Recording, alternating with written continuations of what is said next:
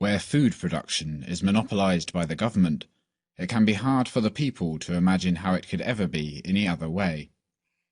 They fear they may starve without government to plan and direct food production. They cannot imagine how a free market in food production could possibly work, let alone how much better off they would be with that system. They are too accustomed to having food provided for them by the government. We are accustomed to a society where the arbitration and law industry, the court system, is monopolized by the government. We fear chaos and disorder without government to plan and direct law. We find it hard to imagine how a free market in law could possibly work.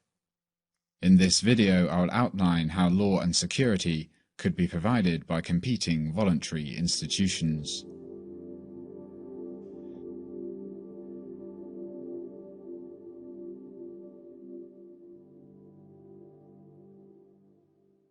This is Alice. Alice lives in a free society, where security and law are provided not by a government, but by competing firms. Like most people, Alice demands to feel secure in her person and property. She does not want anyone to aggress against her.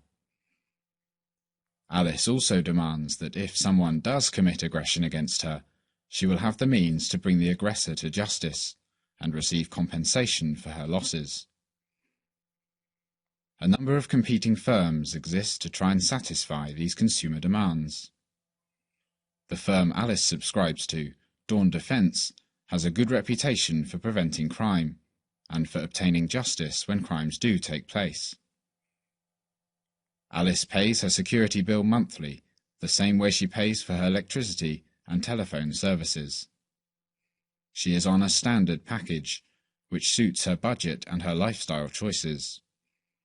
She has chosen an insurance option, so that if someone steals from her, she is guaranteed quick compensation.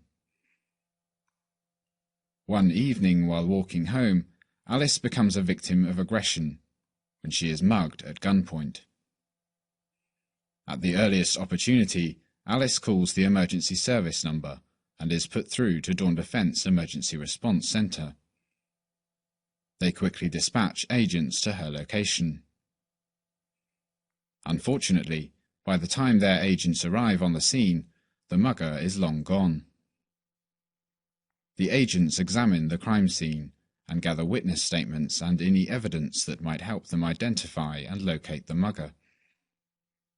As specified in their contract, Dawn Defense pays Alice compensation for her losses, enough to cover the possessions taken from her, and a good deal more for her time, trouble, and distress. Alice's part in this story is now over. Dawn Defense, however, will want to bring the mugger to justice. They will want to recover their costs, and they have promised their customers that muggers will not get off lightly. After doing some detective work, Dawn Defense identifies with reasonable confidence Bill as the aggressor. They locate him and issue him with a written demand that he pays them $10,000 as a punishment for the crime he committed against Alice. Bill has two choices. He could admit his guilt and pay up so that Dawn Defense leaves him alone, or he could refuse to pay. Bill refuses to pay, claiming he is innocent. Dawn Defense will not want to have a reputation for harassing or using force against innocent people, so it will listen to his case. After hearing his case, if they remain convinced of his guilt, they will insist on payment, threatening to use force against him if necessary. Bill now faces the same two choices.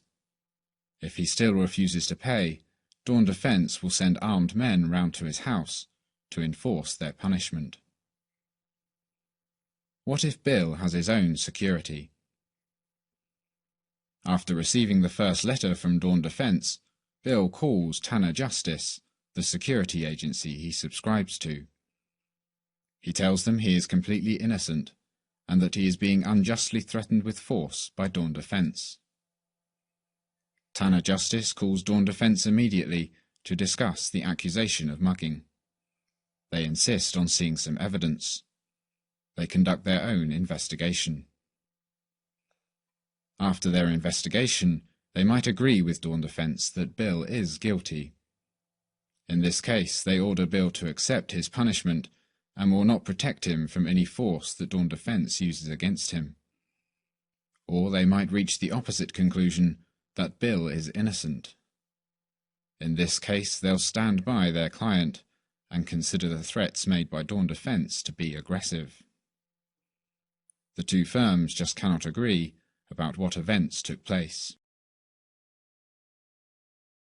So what happens now? Do they fight it out? Such a war would be costly for both sides, and they would suffer reputational damage.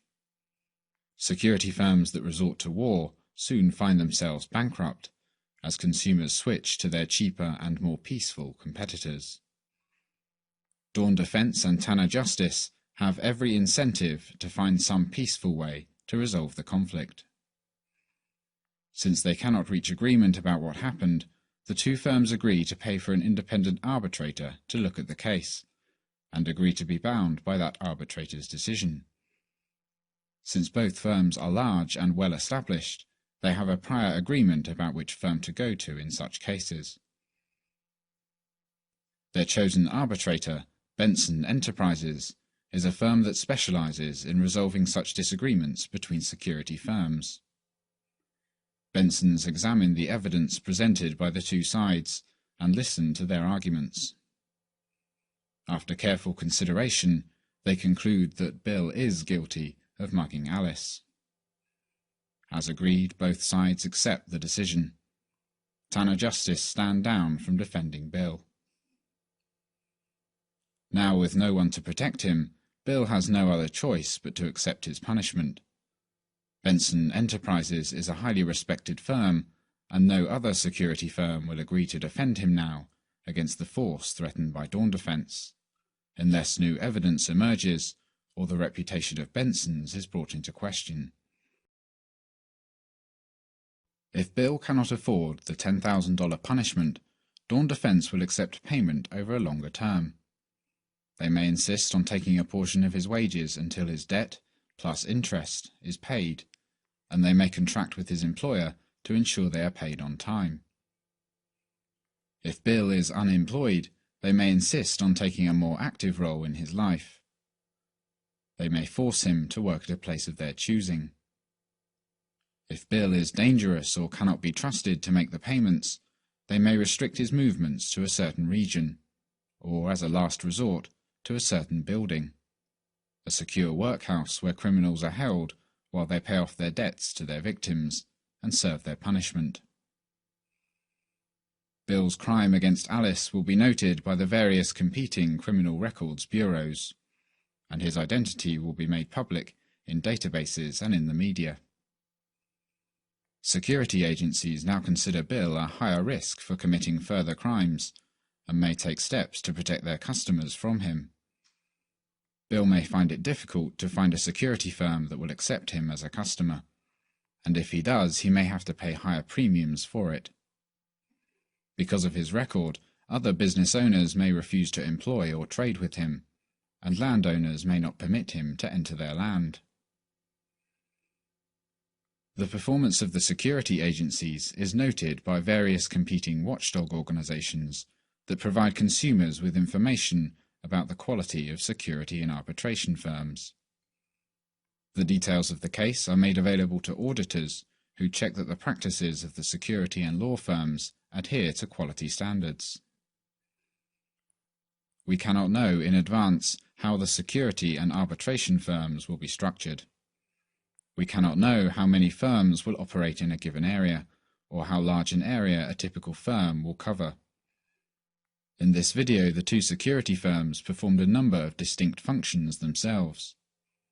Free market competition is needed in order to know whether all these functions will be provided in-house, or whether some would be outsourced or provided by distinct firms. All these related industries keep the firms satisfying consumer demands for security and law true to their function of protecting individuals against aggression, serving justice, and maintaining order in society.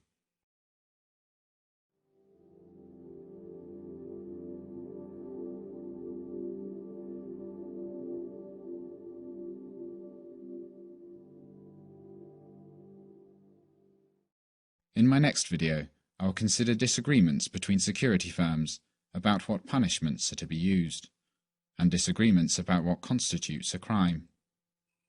I will go on to consider what laws and punishments we can expect to be produced by arbitration firms operating in a free market in law.